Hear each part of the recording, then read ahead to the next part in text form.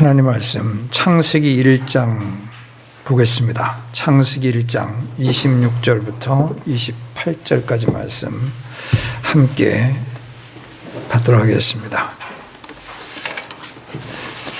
창세기 1장 26절에서 28절입니다. 하나님께서 이르시되 우리가 우리의 형상으로 우리의 모양에 따라 사람을 만들고 그들이 바다의 물고기와 공중의 날짐승과 가축과 온 땅과 땅에서 기는 모든 것을 지배하게 하자 하시고, 이처럼 하나님께서 자신의 형상으로 사람을 창조하시되 하나님의 형상으로 그를 창조하시고 그들을 남성과 여성으로 창조하시니라. 아멘. 저희들은 오늘 새해 첫 주일을 맞이하여서 신년을 맞이하여 감사드리는 그런 예배로 저희가 드리고 있습니다. 저는 감사드려야 할 그 이유로서요, 다른 것이 아니라 지극히 당연한 것인데, 새해는 하나님의 또 다른 선물이다 하는 점을 오늘 이 시간에 말씀을 드리고자 합니다. 오늘 말씀 가운데서 특별히 제가 주목하고 싶은 내용은요, 하나님께서 사람을 만드셨습니다. 첫사람을 만드셨는데 남자와 여자로 하나님께서 만드셨습니다.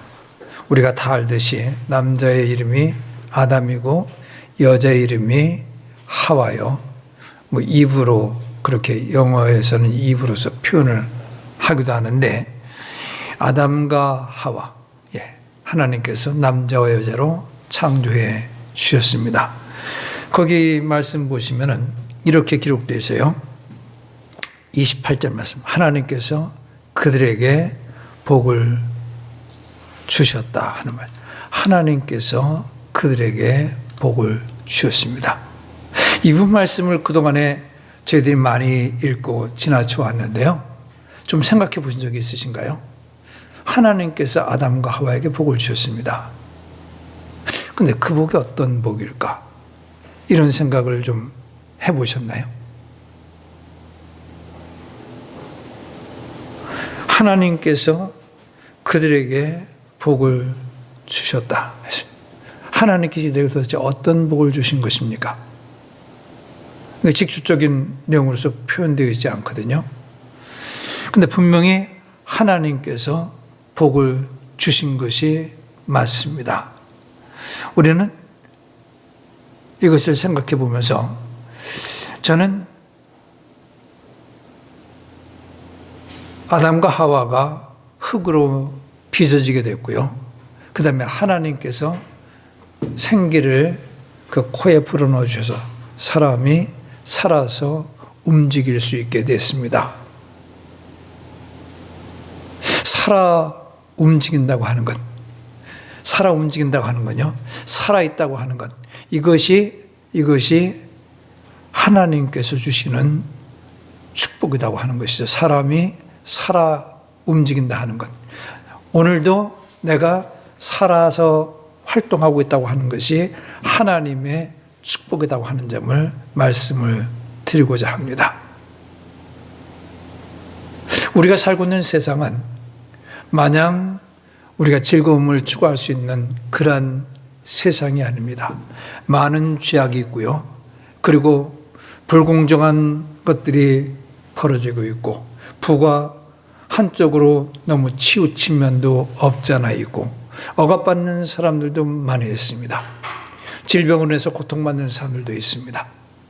그 외에 삶을 통해서 겪는 여러 가지 고난으로 인해서 삶에 지친 사람들이 너무나 많이 있습니다. 삶에 지치고 삶을 통해서 정신적인 그런 고통을 겪는 사람도 있고, 또 육체적인 고통을 겪는 사람들도 있고, 경제적인 고통을 겪는 사람들도 있고, 여러 가지 다양한 이유들로 인해서 이런 겪는 고통을 인해 가지고 삶을 비관하는 사람도 있습니다. 삶에 지친 나머지 극단적인 선택을 하는 사람들도 있습니다. 이렇게 사는 게 힘든데 왜 더 이상 살아야 하나 하는 생각을 갖습니다. 오히려 죽는 것이 더 낫겠다는 생각을 갖고요. 그래서 스스로의 목숨을 끊으려고 하는 사람들이 있음을 저희들이 잘 알고 있는 사실입니다.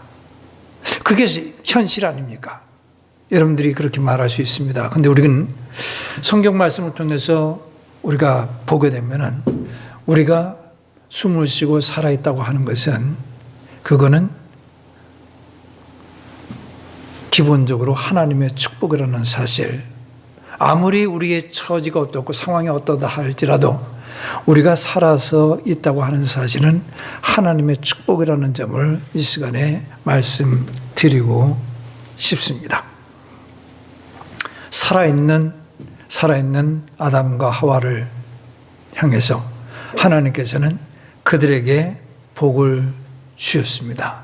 하나님께 주신 복이 어떤 복일까요?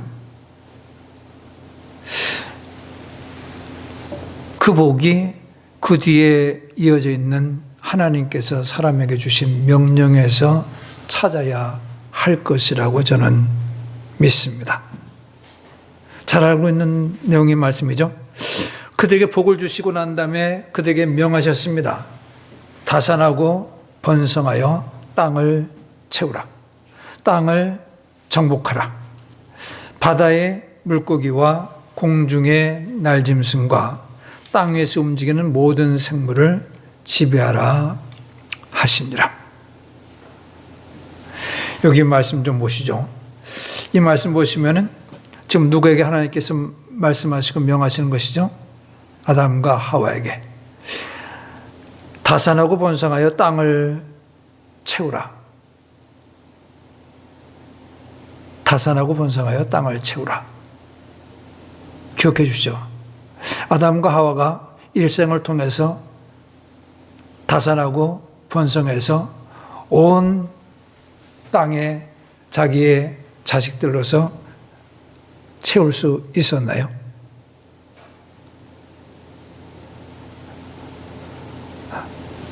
아담 생전에 그가 비록 오랫동안 900살 넘게 살았지만은 아담 생전에 사람들이 온 땅을 채우지는 못했습니다. 무슨 뜻인지 이해하시겠죠? 이 부분의 말씀은 땅을 채우라, 땅을 정복하라, 모든 생물을 지배하라 하는 이 말씀은 아담과 하와로 대표되는 인류에게 주시는 명령입니다. 왜냐하면 아담 혼자서 자신이 하와와의 사이에서 자식을 출산하고 그 자식들이 땅 곳곳에 흩어져 가지고서 땅을 채울 수 있는 그러한 시간적인 여유는 충분하지 않았기 때문에 이것은 마찬가지예요. 하나님께서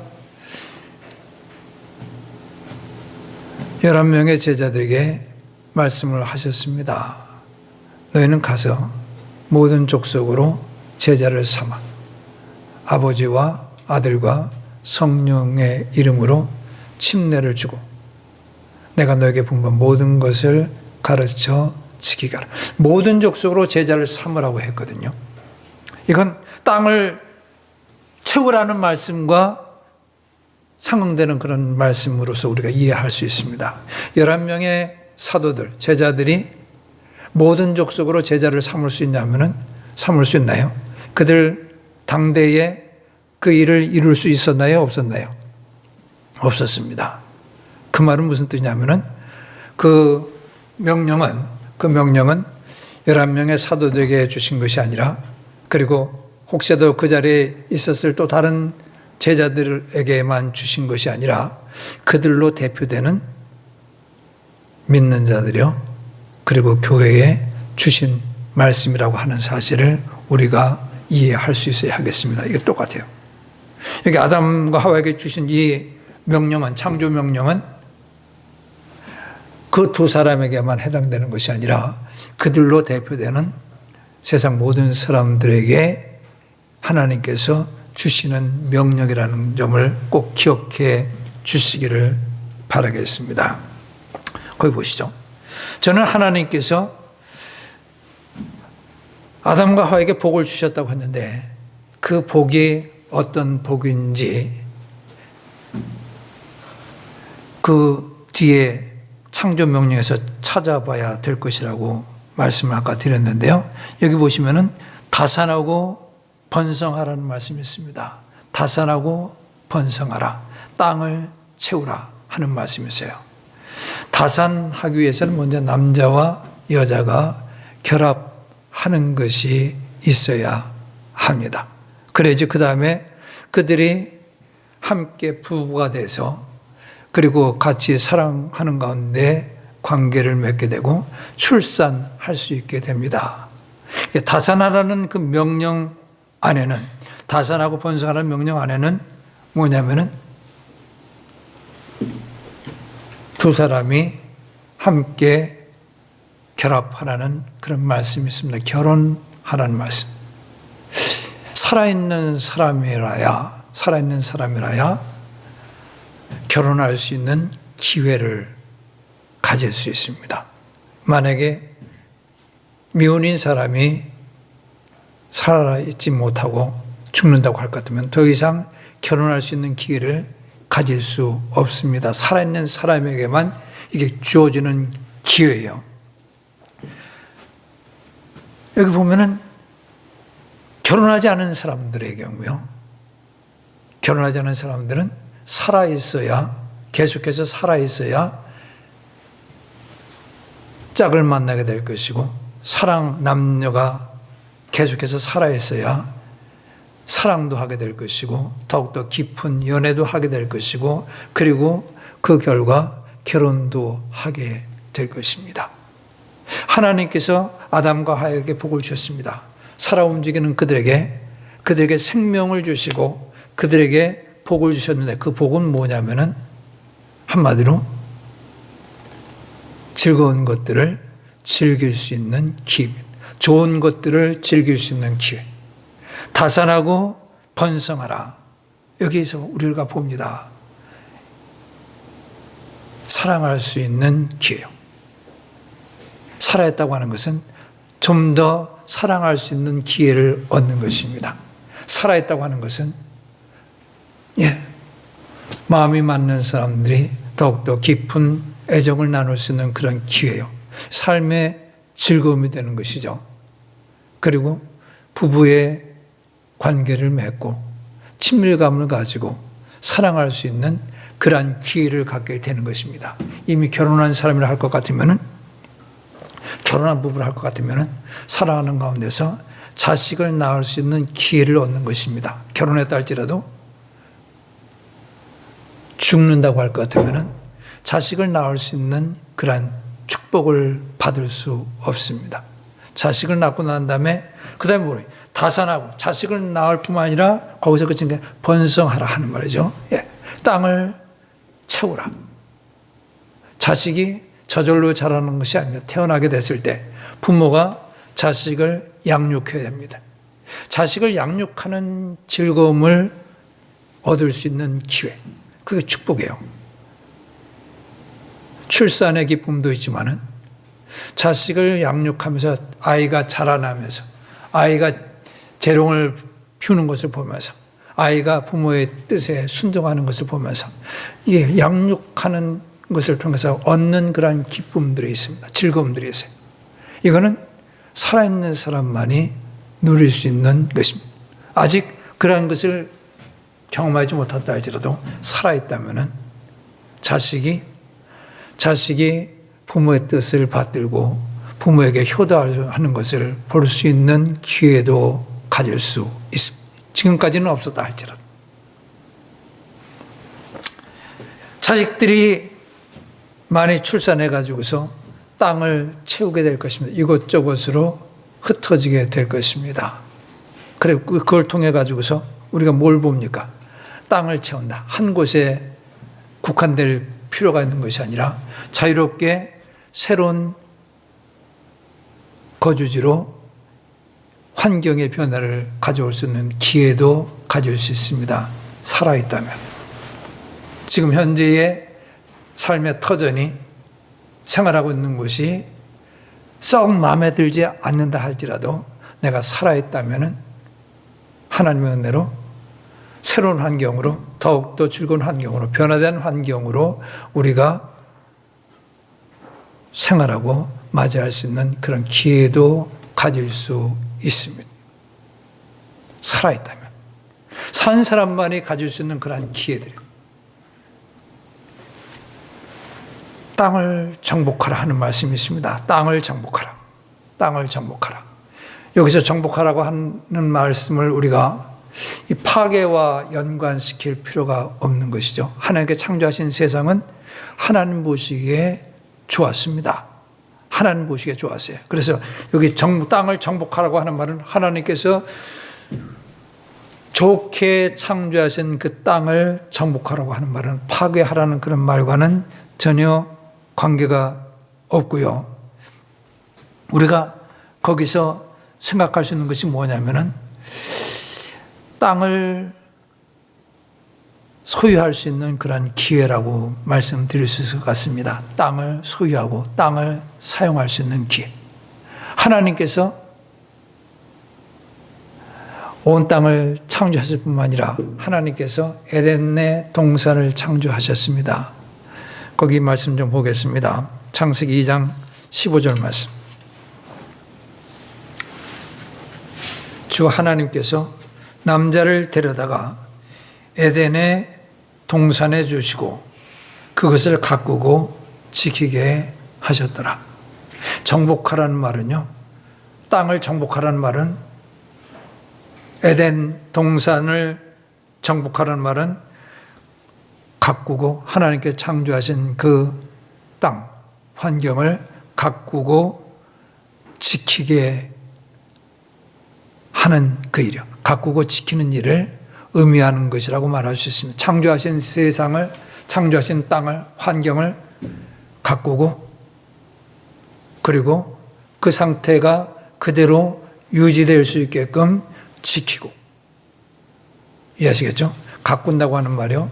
가꾼다고 하는 말, 가지친다고 하는 말 같은 의미로 사용됩니다. 그러니까 하나님께 창조하신 모든 것들이 그 상태로 가장 좋은 상태로 유지될 수 있게끔 가꾸고 그리고 돌보고 그리고 관리하고 이런 것들을 우리가 하나님께서 땅을 정복한다고 하는 그 말 가운데 담아 두셨다고 우리가 생각해 볼 수 있습니다. 살아있다면은 땅을 소유할 수 있는 기회를 얻을 수 있습니다. 땅을 여러 가지 좋은 목적을 위해서 사용할 수 있는 기회를 얻을 수 있습니다.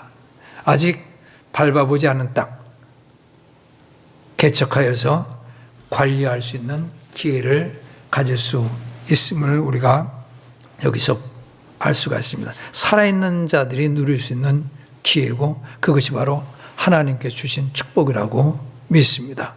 움직이는 모든 동물을 지배하라. 거기 마지막 부분이죠. 바다의 물고기와 공중의 날짐승과 땅 위에서 움직이는 모든 생물. 바다의 물고기, 동물입니다. 어류요. 공중의 날짐승, 조류입니다. 땅 위에서 움직이는 모든 생물. 지상, 육지 동물들이요. 그래서 여기서 생물로서 표현됐지만 생물은 식물과 동물과 미생물 이렇게 구분되는데 현재 그런 관점에서 본다면 여기서 모든 생물을 지배하고 있을 때 그 생물을 이야기하는 건 식물을 포함한 것이 아니라 동물만을 포함하는 것으로서 앞부분에 바다의 물고기 동물이잖아요. 공중의 날짐승 동물이죠. 땅에서 움직이는 모든 것. 식물도 성장하고 자라기 때문에 움직인다고 말할 수 있지만은 여기서 앞부분의 내용들과 비교해 보면은 동물들을 이야기하는 것으로서 말할 수 있습니다. 그래서 하나님께서 만드신 동물들 이것들 잘 어떻게 지배하라. 여기서도 마찬가지로 지배한다고 하는 말은 억누르라고 하는 그런 의미에서의 지배가 아니라 하나님께서 창조하신 이 동물들과 함께 지내면서 이들을 잘 돌보고 그리고 관리하고 그래서 유익을 받을 수 있는 그런 기쁨들을 우리가 하나님께서 기회로 주셨다고 하는 사실을 우리가 볼 수 있습니다. 저는 한마디로 하나님께서 여기 창세기 1장 28절에 사람들에게 복을 주셨다는 말씀이 사람들에게 살아있을 때 즐거움을 누릴 수 있는 기회를 주시는 것, 좋은 것을 누릴 수 있는 기회를 주신 것이라고 그렇게 믿고 있습니다. 그런 관점에서 보게 되면은 저희들은 2022년 새해를 저희가 새롭게 맞이하게 됐습니다. 우리가 살아있기 때문에 맞이할 수 있는 것이죠.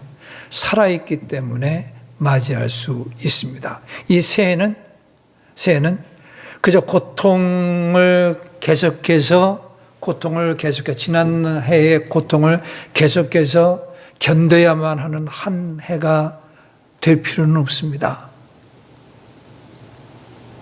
새해는 하나님께서 내가 지난해 겪었던 그런 고통과는 다르게 새롭게 즐거움을, 좋은 것을 누릴 수 있는 기회가 되도록 허락하셨다는 믿음을 가지고 생활할 수 있게 되기를 바라겠습니다. 특별히 구원받은 그리스도인들에게 하나님께서 우리가 오늘 새로운 하루를 맞이할 수 있게끔 하시고 그리고 2022년 새해를 맞이할 수 있게끔 하신 것은 아직 내가 이 땅에서 해야 할 일이 있다는 것을 의미합니다. 하나님께서 나를 통해서 이 땅에서 이루고자 하는 일이 있다는 것을 의미하는 것입니다. 만약에 하나님께서 나를 계속해서 이 땅에 남겨두실 이유가 없다고 할 것 같으면 일찍 취하셨을 텐데 말씀드렸죠. 왜 구원해 주시고 나가지고 곧바로 하나님 계신 그곳으로 우리를 인도하지 아니하시는가? 하나님의 뜻이 있습니다. 그것이 뭐냐면은 세상에서 빛의 역할을 하는 것, 소금의 역할을 하는 것. 이 세상에서 살면서 하나님의 뜻을 행하는 것. 이 세상에서 살면서 하나님께 영광을 돌리는 것. 우리가 아직까지도 할 수 있는 일들이 있습니다. 더 나아가서 하나님께서 새해를 우리에게 허락하셨다는 것은요, 우리에게 상급을 더 받을 수 있는 기회를 주신 것이기도 하다는 사실을 꼭 기억하실 수 있게 되기를 바라겠습니다. 또 다른 기회를 주신 거예요.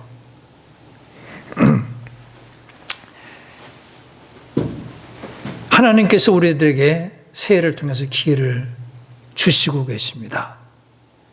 그런데 기회는 붙잡는 자에게만 좋은 것입니다. 하나님께서 기회를 주셨지만은 그 기회를 우리가 붙잡지 못하고 그 기회를 그냥 날려버린다고 할 것 같으면은 우리들의 삶에서 이루어지는 일은 없습니다. 2020년 새해를 맞이해야 했지만은 이 새해가 즐거움으로 가득 찬 한 해가 될 것을 기대할 수 있는 그런 어떠한 소망도 없습니다. 하나님께 주시는 기회를 어떻게 해야 된다고요? 우리가 붙잡아야죠. 에베소 5장 16절 말씀 찾겠습니다. 에베소서 5장 16절 말씀.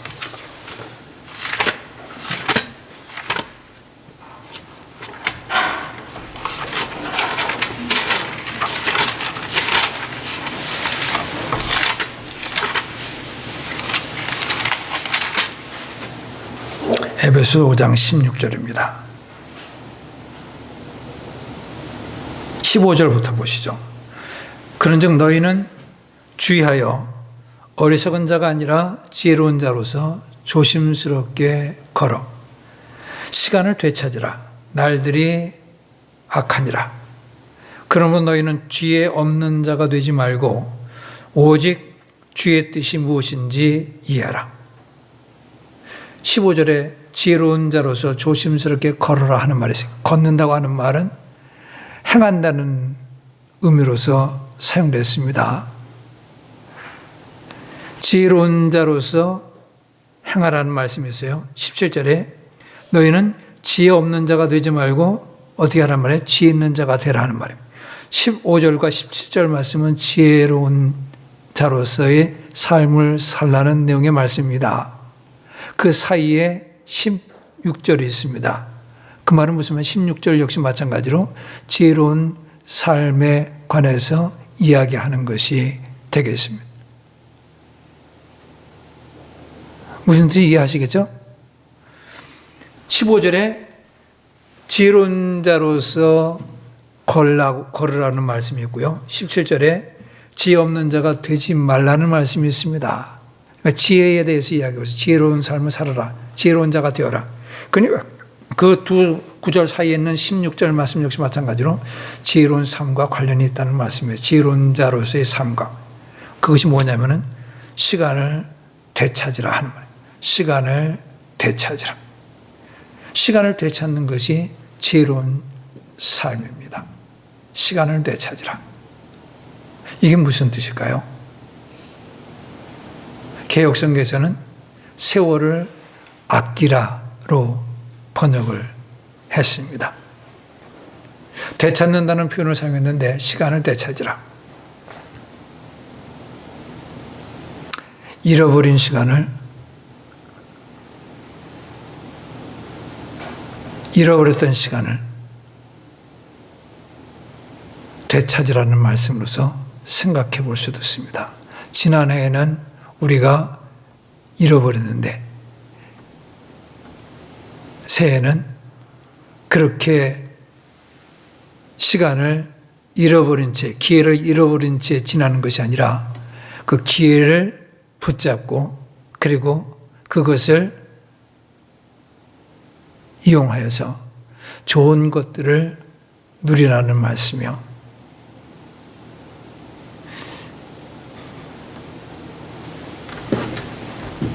누가복음 16장 말씀 찾아보겠습니다. 누가복음 16장입니다.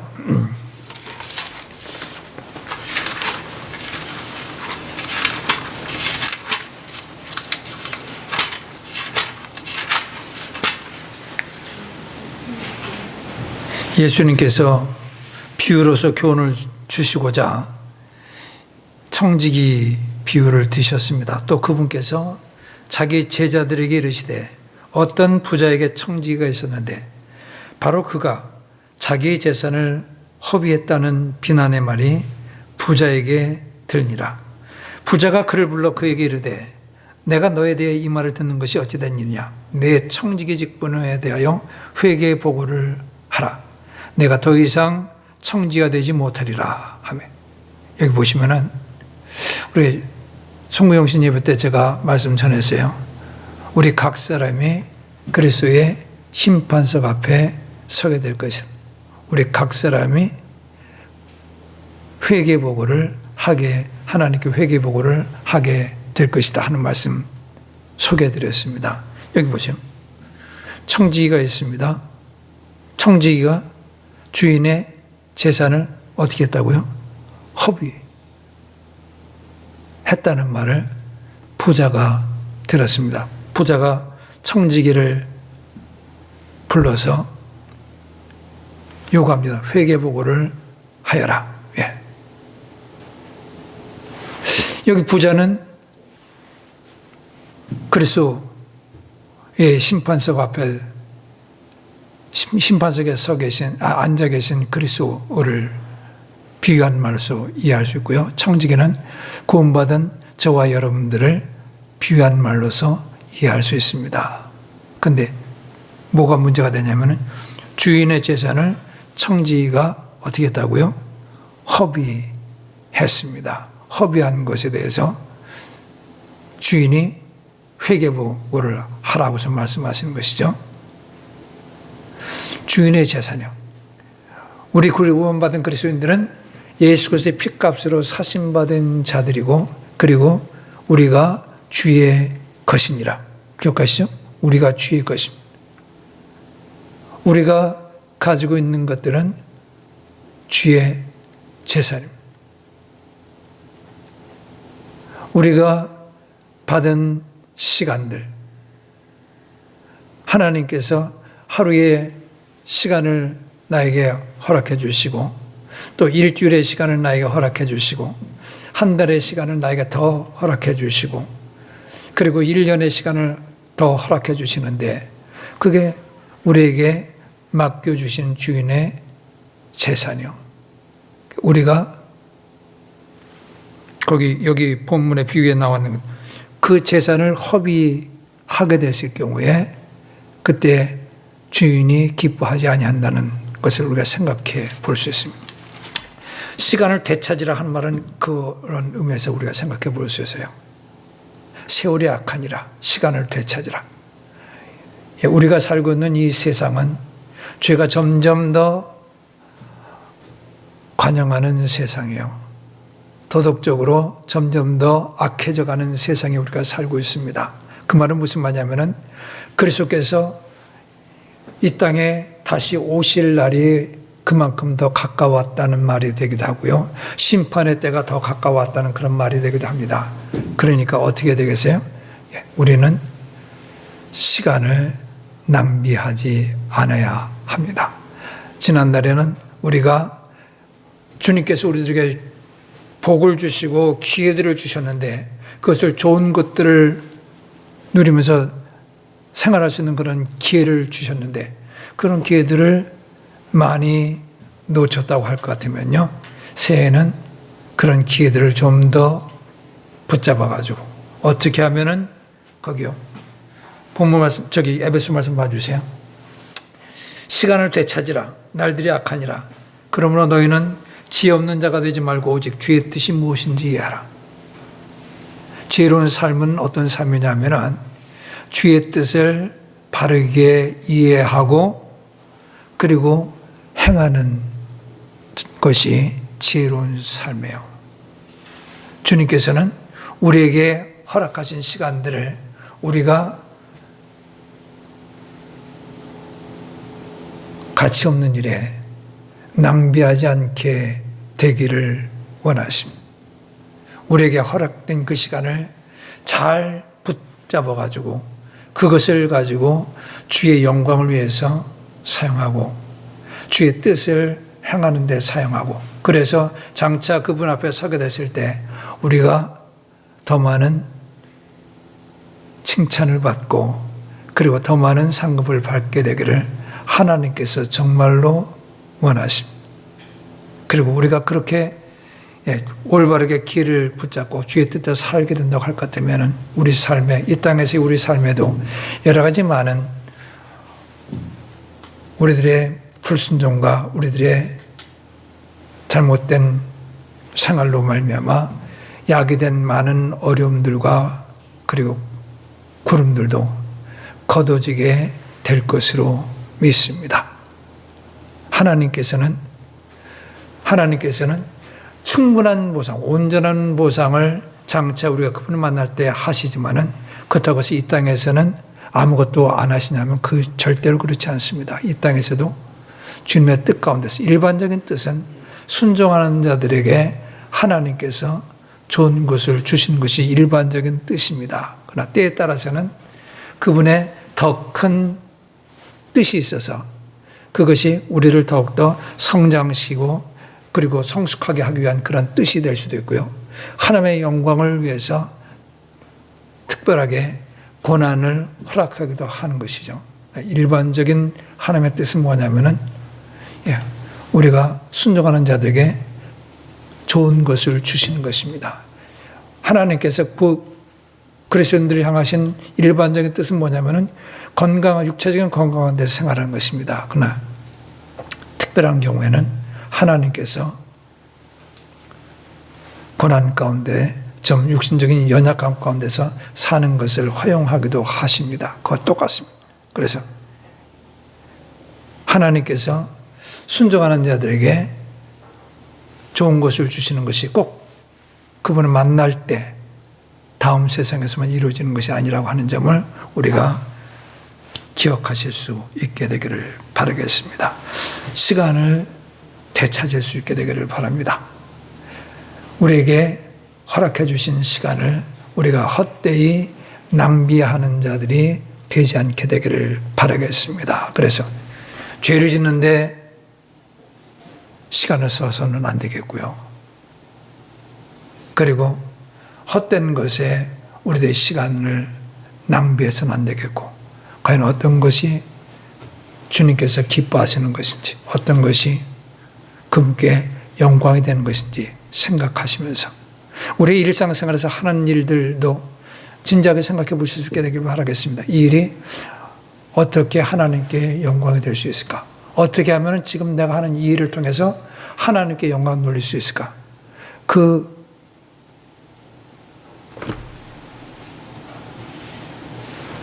부분을 우리가 생각하면서 새해 행할 수 있게 되기를 바라겠습니다.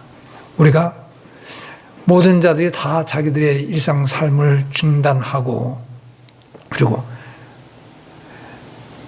신학교 가가지고서 신학 공부하고 그리고 전도자로서 또 선교사로서 이렇게만 가야 된다는 것은 아닙니다. 삶의 모든 부분에서 하나님의 뜻을 행하고 하나님께 영광 돌릴 수 있는 일들이 있습니다.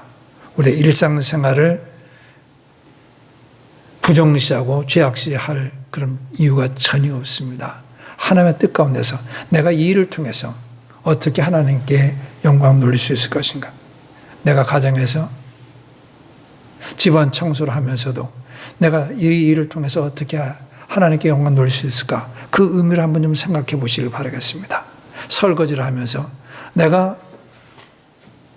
설거지를 하면서도 어떻게 하면 하나님께 영광 돌릴 수 있을 것인가? 옷을 선택하고 옷을 갈아입으면서도 내가 어떻게 하면 옷을 입는 것 통해서 하나님께 영광 돌릴 수 있을까?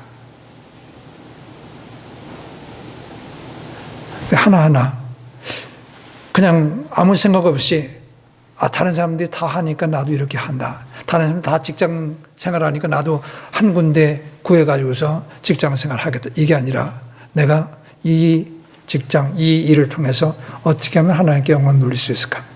지금 내가 현재 하는 일을 통해서 하나님께 영광 돌릴 수 있는 길이 있는가?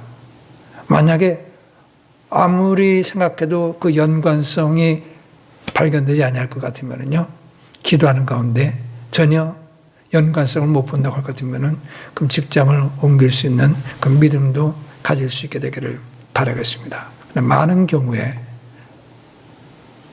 내가 현재 하는 일들을 하면서도 이 일을 통해서 하나님께 영광 돌릴 수 있다는 사실을 깨달을 수 있게 될 것이라고 믿습니다. 살아있다고 하는 것은, 기억해 주십시오. 살아있다고 하는 것은 하나님께서 우리들에게 기회를 주시는 것이라고 하는 사실을 기억해 주시길 바라겠습니다. 좀 더 나은 것을 즐길 수 있는 기회.